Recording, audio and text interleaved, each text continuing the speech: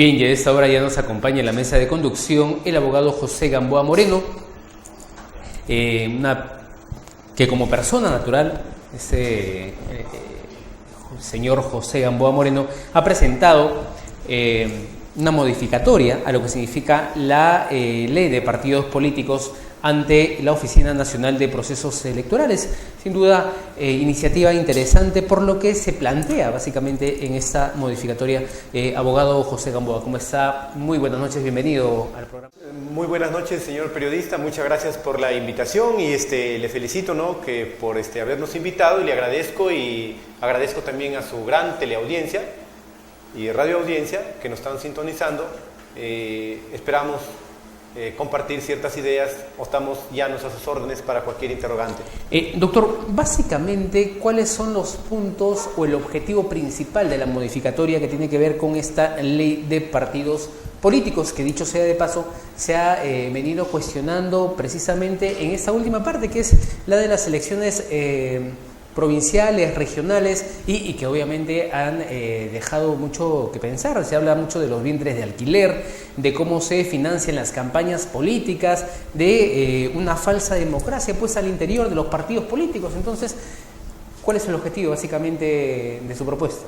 Bien, muchas gracias. Justamente el objetivo fundamental de nuestra propuesta es pues que haya un cambio revolucionario y radical en la actual ley de partidos políticos, para, de esa forma, disminuir o eliminar la corrupción proveniente de la política. Eso es lo fundamental, o sea, que se modifique, porque hay partes de la ley que están bien y hay partes que están mal. El Congreso no lo hace, esa es su tarea del Congreso. El Congreso debía ya hacerlo, esta ley, modificar, y Valle Riestra ya lo decía. Nosotros en nuestro trabajo, en nuestro proyecto de ley que hemos presentado el día de hoy, ante la oficina de Tarapoto desconcentrada de la OMPE, para que esta oficina dé a trámite ante el Congreso de la República, y si dentro de 3 meses no lo aprueban, o lo desaprueban, o no lo debaten, o no lo tocan, queda el camino expedito para reunir las firmas y solicitar un proceso de referéndum, y si se aprueba mediante referéndum, vale igual que cualquier ley aprobada por el Congreso. Eso es nuestro objetivo. ¿Por qué? Porque el Congreso no quiere hacerlo, el Congreso no quiere modificar. ¿Por qué? Porque nosotros también citamos acá, ¿no?, porque hay gente que está enquistada en el poder, entornillada en el poder.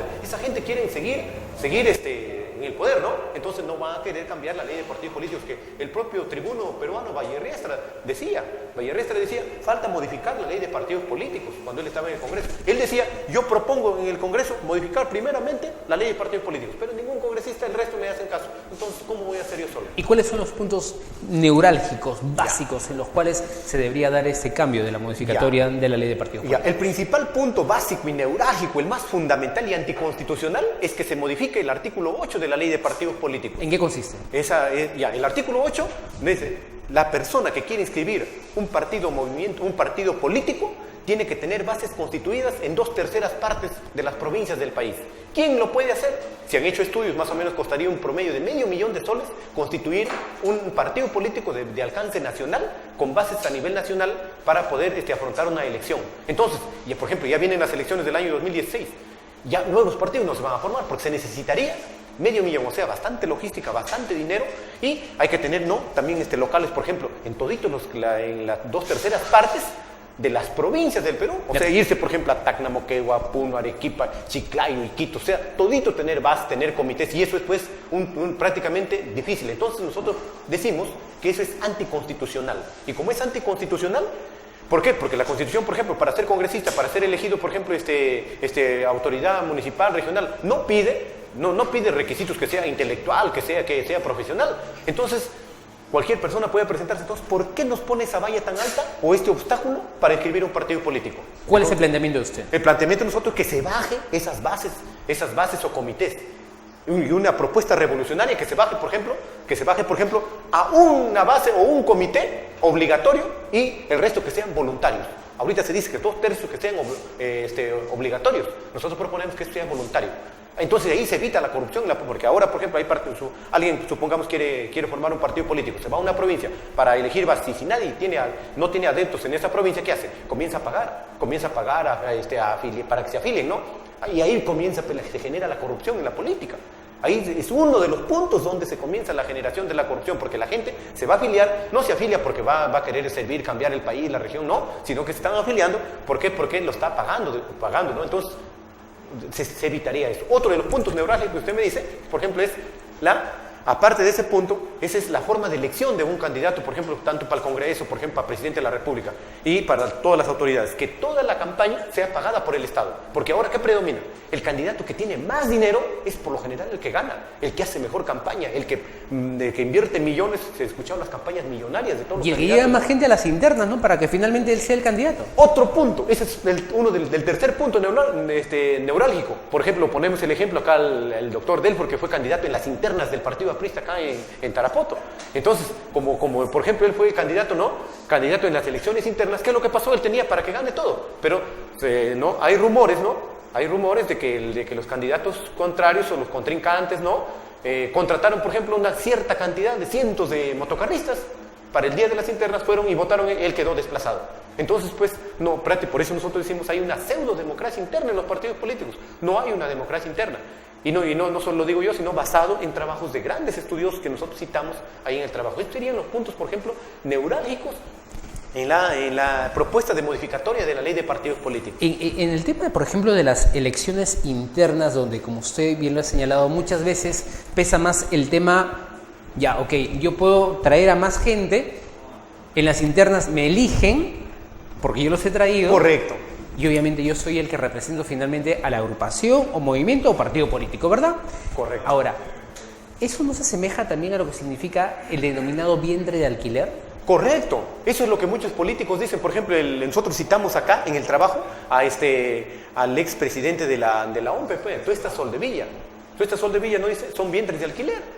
¿Por qué? Porque dice, hay políticos, hay candidatos sin partido. Y hay partidos sin candidatos.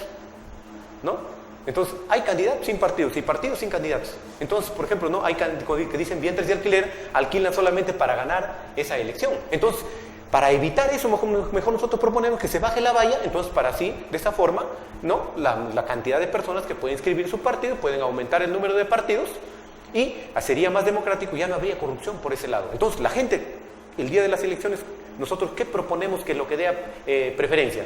La propuesta, la mejor propuesta que gane. De nada vale tener un partido, por ejemplo, con 100.000 afiliados, si es que por ejemplo, si no tiene la mejor propuesta. Otra cosa, si un partido que se pone tanta valla para que gane una elección, tanta valla, por ejemplo, que tenga cantidad de comités, de bases, eso no quiere decir que nos está garantizando, por ejemplo, cuando llegue al poder va a ser un buen gobierno. Ahora, si ese partido nos pusiera, por ejemplo, una carta fianza, nos pusiera, por ejemplo, una garantía hipotecaria, bancaria... Eso es imposible. Claro, pero entonces ahí sí dijimos, sí, nos está garantizando. Pero ¿qué nos garantiza solo con tener, por ejemplo, 5.000 bases? Nada. No, más bien nosotros proponemos que debe haber otros mecanismos de control. Por ejemplo, un candidato que ofrezca determinadas cosas, que más o menos haya un seguimiento, A ver si está cumpliendo o no, ya es otra forma de mecanismo, ya desde cuando está ya entrando a su mandato. O sea, esos son los puntos, como dicen, neurálgicos de la propuesta. Ahora, el tema de cómo se financian las campañas políticas, porque muchas veces, y se sabe esto a nivel nacional, de que hasta se ha recibido pues el financiamiento de narcotraficantes, ¿no? De lavado de dinero, así es. etcétera. Entonces, ¿cuál es la propuesta en relación a ese tema en concreto, por ejemplo? Ya, nuestro tema en concreto es, por ejemplo, para evitar que por ejemplo, como se dice, terroristas, narcotraficantes, lavadores de dinero financien las campañas de los gobiernos regionales, de los gobiernos locales, nacionales, congresistas, etcétera. Nosotros proponemos que toda la campaña política debe financiarlo el Estado. Consideramos que hay fondos. Entonces el Estado, por ejemplo, debe destinar, así como destina para elecciones, un determinado monto, el Estado, porque ahora el Estado, excepcionalmente, mediante la franja electoral, financia, Pero es, digamos, un 5%. El 95% lo hace quien tiene más plata, quien más puede. Pero es complicado en todo caso de que el Estado quiera financiar a los demás contrincantes políticos, porque muchas veces se ha visto en el tema de las reelecciones. O sea, no sé, me parece un tanto utópico pensar de que eso se podría dar. No, yo considero que no. ¿Sabe por qué? Porque supongamos el Estado que diga, nosotros ahí proponemos eso en cuanto al financiamiento de una campaña política. El Estado diga, por ejemplo, supongamos usted tiene su canal, su radio, todo todo Tarapoto, por ejemplo, todo un departamento, Lima, por ejemplo, tiene tantos canales, entonces todos los candidatos, 3 meses antes de las elecciones, ahí decimos, ¿no? 3 meses antes de las elecciones van a tener, por ejemplo, 3 horas diarias, toditos los candidatos, y el Estado lo va a pagar. Y el Estado lo va a remunerar, por ejemplo, a usted 100.000, 200.000 para su canal, para su radio, ¿no? Le va a pagar el Estado, y dividido en todas las emisoras. Y también prohibimos que se formen nuevas emisoras, nuevos canales con fines para ganar, ¿no? esas franquicias, para ganar eso, ya, que sea solo hasta el momento de la promulgación de la ley, desde ahí para adelante, solo para ellos, ¿no? Pero usted se imagina cuánta cantidad de dinero se invertiría en todo caso financiando las campañas de los diferentes partidos y agrupaciones políticas. Claro, pero si nosotros nos vamos al costo-beneficio, yo considero que se ganaría más, porque ahora, ¿quién gana? Por ejemplo, supongamos cuando se descubren esos grandes forados de los gobiernos regionales, que miles de millones que no están en las arcas, ¿no? Que están en la corrupción de funcionarios, que están en el lavado de dinero, que están en la sobrevaloración de las obras, que están, si nosotros sumamos toda esa cantidad, las cuentas corrientes de esos gobiernos regionales que están enjugados, etcétera, de todos los funcionarios del Estado, si sacamos la cuenta, sale más caro todavía para el Estado, que el Estado financiara la campaña. Entonces ahí entraría, yo creo, consideramos que entraría gente más honesta. ¿No sería mucho más factible hacer de que las leyes sean más duras? ¿Contra quién? Contra los tránsfugas, contra todos aquellos que en su momento pues hicieron lo que le vinieron en gana con dineros básicamente del mismo Estado, que finalmente terminaron robando en su momento. Consideramos como criminólogo también que no es la solución. O sea, no sería la solución.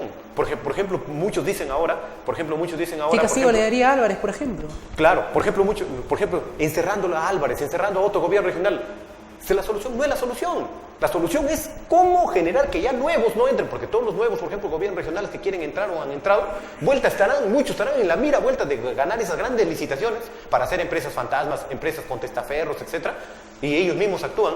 Entonces, están pensando vuelta esa mentalidad. O sea, de nada vale a un gobierno regional ponerle a prisión, y no es la solución. O sea, vamos, ¿dónde se genera esa solución? Y esta es el origen del problema. Y el origen del problema nosotros consideramos que ¿dónde es el origen? En la ley de partidos políticos. Si no hay una forma de elección diferente a la actual, se van a seguir eligiendo vuelta, pues. Y otra cosa, como muchos dicen, ¿no?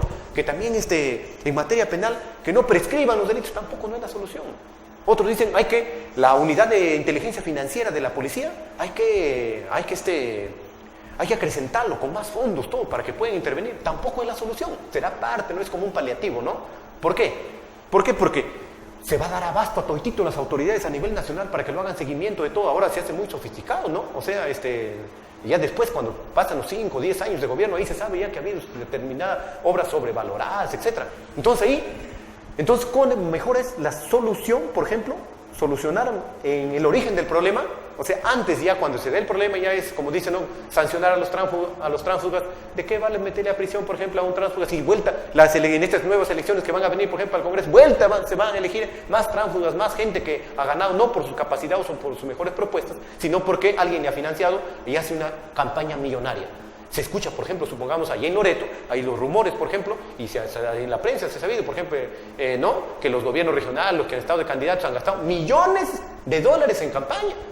Entonces mucha gente se pregunta, si gastan millones de dólares en campaña, en Mucayali, Madre de Dios, casi todos los departamentos, si ganan millones de dólares en campaña, entonces ¿para qué quieren ser gobiernos regionales si sumado todito su periodo no va a llegar ni al $1.000.000 de soles? ¿Usted está de acuerdo con la reelección? Bueno, particularmente no, pero consideramos... ¿Por qué no está de acuerdo con la reelección? Porque por lo general, porque no es una tónica también, digamos, siempre hay excepciones honrosas. Por ejemplo, el alcalde de Lima que se acaba de reelegir, ¿no? Castañeda, ¿no? Es un buen alcalde, la gente lo quiere. Pero dejó un periodo. Correcto, ¿no? Correcto. Hubo un corte. Claro. Lo ideal, para mí, sería que, como en México, presidente que llega nunca más se reelige. Eso sería lo ideal. Que ya no, igualito el gobierno regional, los alcaldes, ya no haga reelección de nada. Eso sería lo ideal. Porque de nada vale que después de un periodo deja, por ejemplo, a su gente, a su misma gente, a nombre de otros, o a su esposa, etcétera, en el poder y vuelta retoma. ¿Y eso también lo plantea usted en su modificatoria? Claro. Otra cosa importante, por ejemplo, muchos dicen, ¿no? Que no haya reelección. Si vamos más allá, pero por lo pronto nosotros lo que más incidimos aquí en la modificatoria de la ley de partidos políticos es cómo eliminar obstáculos para la fácil inscripción de un partido o movimiento político. porque ahorita es difícil. Solamente un millonario ahorita puede inscribir un partido o un movimiento político. Una persona común y corriente no, se necesitan millones para eso, bastante, ¿no? Medios económicos. Entonces, eso es el principal punto, ¿no? Ahora, usted también ha presentado esta mañana ante la Oficina Descentralizada de Procesos Electorales, que es la oficina que representa a la OMPE, aquí en San Martín. Efectivamente. Este tema de la ley forestal también está planteando una serie de modificatorias a esta. ¿Sobre qué puntos? Efectivamente, señor periodista, y no solo yo, sino lo planteamos las dos, la propuesta de modificatoria de la ley de partidos políticos y la nueva ley forestal de fauna silvestre, lo estamos planteando dos personas, dos abogados, yo y el doctor Delfor Ponce de León Paredes, ¿no? Primer regidor de acá de Tarapoto, estamos entre los dos, lo hemos presentado este proyecto, o sea, tanto en la de partidos políticos como la ley forestal. La ley forestal, por ejemplo, hemos planteado, también hoy día lo hemos presentado a la OMPE, mañana lo están mandando a Lima, a la OMPE, a la central, y de ahí lo van a remitir al Congreso para que lo den trámite, ¿no? ¿En qué se entra en el tema? ¿Básicamente en el tema de las concesiones? Ya, correctamente. En cuanto a la ley forestal, nuestra propuesta es, punto número 1, que se haga una delimitación. O sea que el Estado debe delimitar, poner un límite, como un parque nacional o una reserva nacional, ¿no? Por ejemplo, ¿qué parte es una comisión? Por eso nosotros proponemos ahí una comisión multidisciplinaria. Por ejemplo, ingenieros forestales, ingenieros economistas, geólogos, ambientalistas, etcétera, porque si solamente nos vamos a regir con ingenieros forestales, los que han dado la ley de fauna silvestre que es contraria a los bosques, lo han hecho ingenieros forestales. En su gobierno de Fujimori fue dado. Cuando usted habla del tema de la delimitación, ¿se podría pensar en una especie de zonificación económica ecológica? Más o menos nosotros estamos tal vez un poco más allá de zonificación económica y ecológica. O sea, nuestra delimitación, que se delimite, por ejemplo, sobre todo ahorita sabemos que los departamentos o regiones con bosque virgen o bosque primario que se llama, tienen Loreto, Madre de Dios y partes de Ucayali. San Martín tiene muy poquito. El 85% está deforestado. Hay cantidad de estudios en el internet, trabajos bibliográficos, y cuando uno dése cuenta, cuando uno sobrevuela San Martín, como dice usted mismo, ¿no? En una conversación amena dijo, ya no se ve verde, sino se ve marrón. Efectivamente.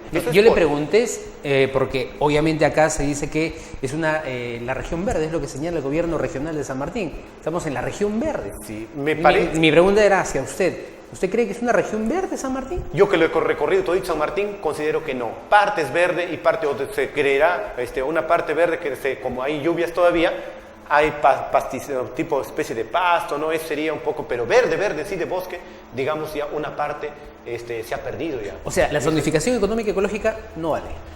Digamos, vale, pero primero delimitar, por eso, esa delimitación económica y ecológica, digamos, que se haga de otra manera. ¿Cómo? Que se dé más para la parte ecológica y otro resto para la parte económica. ¿Qué ha pasado, por ejemplo, acá en San Martín? La zonificación económica y ecológica. Más se ha dado el 80 o 90% para la economía, o sea que se dediquen los terrenos a la agricultura y a la ganadería. Y el 15% para bosques. Prácticamente se ha eliminado el bosque. Contrario a lo que se hace en el Brasil. En el Brasil, desde el año 2007, la ministra de Forestal brasileña, Claudia María Acevedo Ramos, en una conferencia en Vancouver, en Canadá, se plantearon este problema justamente que hay ahorita en el Perú, ¿no? En el Perú. En esa ponencia en Vancouver dijo, ¿cuál es la solución entonces? Mira, se está deforestando todo. La solución, dijo ella, por ejemplo, uno de los principales planteamientos objetivos de la política brasileña desde 2007 hasta ahora, y aún eso todavía hay deforestadores también en el Brasil, pero bien controlado, hasta del espacio lo controlan. Crecer donde ya tenemos. ¿Qué cosa quiere decir? Por ejemplo, San Martín, si se ha deforestado ya lo que se ha deforestado, ya ahí que se crezca, ahí pero ya no que se siga tocando el resto ya de lo poco de bosque que queda para San Martín ya. Eso que ya no se toque por nada. Pero si usted se para, por ejemplo, acá en San Martín, acá en Tarapoto, por ejemplo, en la avenida, en la vía que se llama de Evitamiento, mire para el Cerro Escalera. Y a lo más llegan los deforestadores a la punta. Si sigue así, dentro de 4 o 5 años van a llegar las chacras, las huertas, sembríos. Nadie está en contra de la agricultura, pero no se va a malograr, pues no, la reserva regional, todo para la agricultura. ¿Usted cree en todo caso que la nueva ley forestal es una especie de, no sé, pues como que se está queriendo maquillar el tema? Correcto. ¿Por el tema de las concesiones? Efectivamente. ¿Por qué? Y nosotros lo decimos acá en ¿por qué nosotros presentamos esta propuesta de nueva ley forestal? ¿Por qué? Porque esta ley 29.763, que ya la aprobó el Congreso hace 3 años, ahorita lo están reglando. El Congreso hace 3 años, han estado hace un mes creo en Lama, se van por otra provincia, pero ¿por qué no lo han invitado a los principales actores para que den la ley? Lo están invitando ya para la reglamentación, prácticamente para que den ya los detalles. Consideramos que no es así. Y otra cosa, nosotros consideramos que esa ley no es la solución, va a generar los mismos problemas, sino lo que me parece que esa ley están simulando un poco para decir, estamos cambiando una nueva ley y ya con esto se va a solucionar el problema. Y le digo por qué. ¿Cuál es la base para afirmar eso? Que es casi lo mismo que la ley 27.308, actual ley forestal de fauna silvestre. ¿Por qué? Porque en la actual ley forestal y de fauna silvestre se dice que un extranjero puede venir, o un nacional puede venir, por ejemplo, a los departamentos de Amazonía y pedir en concesión 40.000 hectáreas para que lo den por el plazo de 40 años. ¿Por cuánto? Por 40 años. El monto es una suma irrisoria. ¿En cuánto se ve un promedio de 10.000 soles. 10.000 soles, imagínense, por 40.000 hectáreas. ¿Y cuál es el objetivo quién lo ha dado eso? La PSM, ahora lo dan los gobiernos regionales, esa autoridad de concesión. ¿Dónde se están dando esas grandes concesiones? Por ejemplo, por allá por Ucayali, donde está dando el punto número 1 es Loreto, porque sabemos que Loreto tiene millones de hectáreas todavía de bosque virgen. Y consideramos que eso no, si se malogra ahí, hasta malograría acá, porque San Martín hay lluvias todavía, porque hay regiones que están con bosque casi todavía intactos, ¿no? Entonces eso genera todavía lluvias. Si se elimina todo esto, hasta malograría la agricultura, se disminuirían los ríos. ¿Por qué nuestra gran propuesta o nuestra preocupación es de presentar esto? ¿Por qué?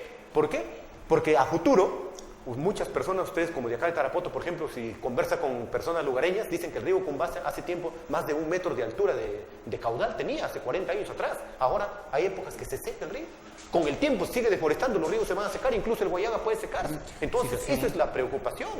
Eso es la preocupación. Entonces, se han presentado esas dos iniciativas en las modificatorias tanto de la ley de partidos políticos como de la ley forestal y de fauna silvestre, que sin duda son muy interesantes. Finalmente se espera de que se tomen en consideración. Sí, pues nosotros nos esperamos que de acá mañana lo remiten a la OMP Central en Lima y luego de ahí, dentro del transcurso de un mes, nos están dando una respuesta y eso lo van a tramitar hasta ante el Congreso. Y si el Congreso no lo aprobara o lo desaprobara, o no lo tocara, ahí queda expedito para un referéndum.